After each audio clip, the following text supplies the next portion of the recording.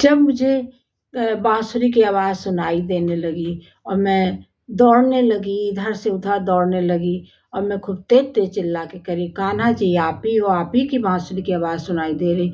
आप मुझे आगे आइए, मुझे सामने आइए, मुझे दर्शन दीजिए।"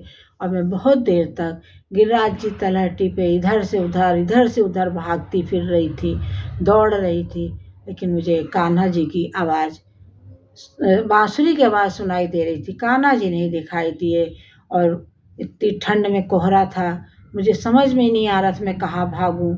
और जब मुझे दर्शन नहीं हुए, बाँसुरी की आवाज़ बहुत देर तक सुनाई दी और धीरे-धीरे आवाज़ जब धीरे हो गई तो मैं बहुत रोई और मुझे समझ में आ गया।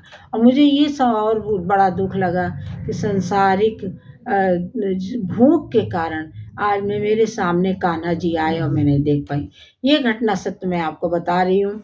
जब मैंने आपको बताया कि मेरी माँ परिक्रमा लगाने जाती थी, तो परिक्रमा लगाते समय उनकी कई लोगों से मुलाकात होती थी, संतों से, साधु संतों से, परिक्रमा लगाने वालों से। और उसमें वो जाती थीं, किसी को कुछ बना के ले जाती थी, पहले से एक दिन पूछ भी लेती थी आपको क्या खाना है, तो तरह-तरह का सामान बना के ले जाती थी। तो उनकी मुलाकात हुई एक महाराष्ट्र लेडी से, जो महाराष्ट्र की रहने वाली थी और वो गिरिराज जी की परिक्रमा लगाती थी। अब पहले तो आपको हम बताएँ कि गिरिराज जी गोवर्धन की 3 प्रकार से परिक्रमा लगती है। एक तो जब हम पैदल चलते हैं, खड़े होके चलते हैं, तो 6 घंटे में, 5 घंटे में, 7 घंटे में, जैसे हमारे पैरों की स्पीड है, उस हिसाब से परिक्रमा लगती है। दूसरी परिक्रमा लगती है, हम एक जगह दंडवती करके फिर आगे भी बढ़ते हैं दंडवत करके, उसको दंडवती परिक्रमा कहते हैं, लेकिन वो एक ही बार दंडवती की जाती है कि उसे दंडवत किए फिर आगे बढ़े, फिर दंडवत किए फिर आगे बढ़े। और एक तीसरी परिक्रमा है जो 108 एक जगह दंडवत करते हैं और फिर आगे बढ़ते हैं। तो ये परिक्रमा 7 साल में पूरी होती है।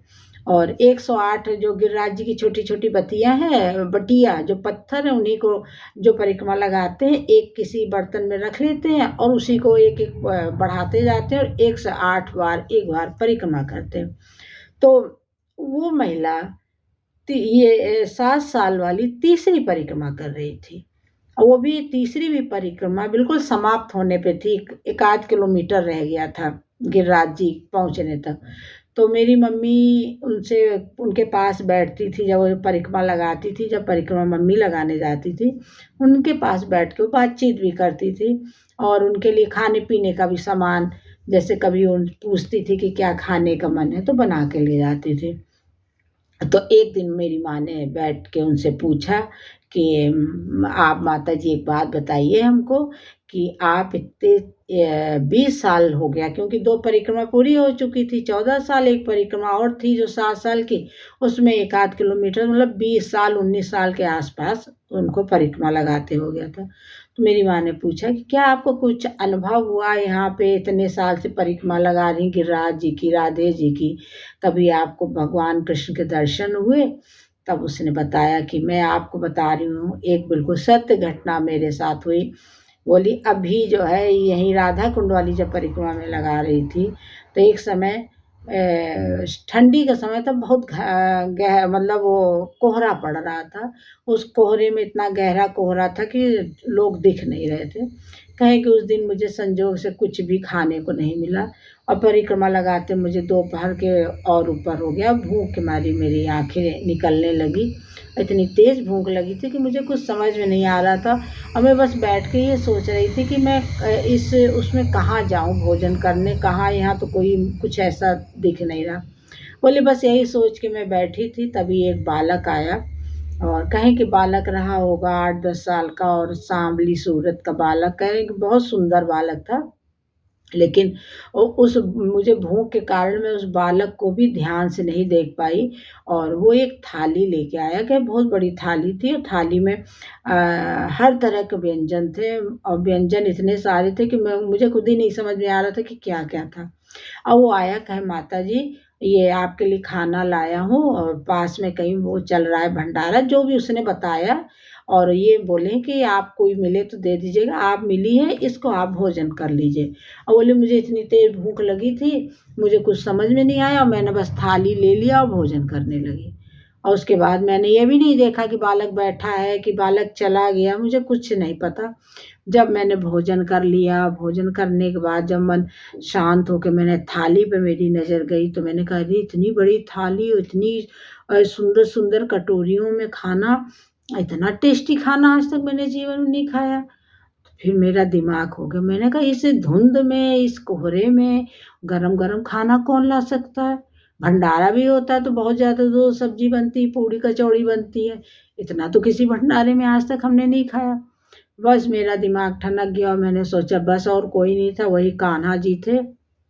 बोली मैं बस खड़ी होके और दौड़ने लगी और चिल्लाने लगी और मैंने कहा कान्हा जी आप ही थे, आप ही हो, आप मुझे दर्शन दीजिए।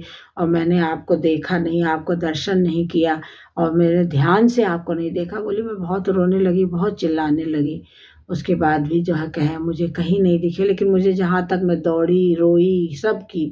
फिर जब मैं थक हार के बैठ गई और मेरे आँख से आँसू नहीं रुक रहे थे कि आज मुझे मेरी भूख में मेरे कान्हा जी मुझे खाना लेके आए और मैं उनको पहचान नहीं पाई। उसके बाद बोली वैसे ही बाँसुरी की धुन सुनाई देने लगी और धीरे-धीरे आवाज़ मेरे पूरे मतलब दिल दिमाग में छा गया और मैं सुनने लगी और मैं बस यही कहूँ, मैं इतना उस बाँसुरी की धुन में खो गई कि फिर मुझे ये भी नहीं याद रहा।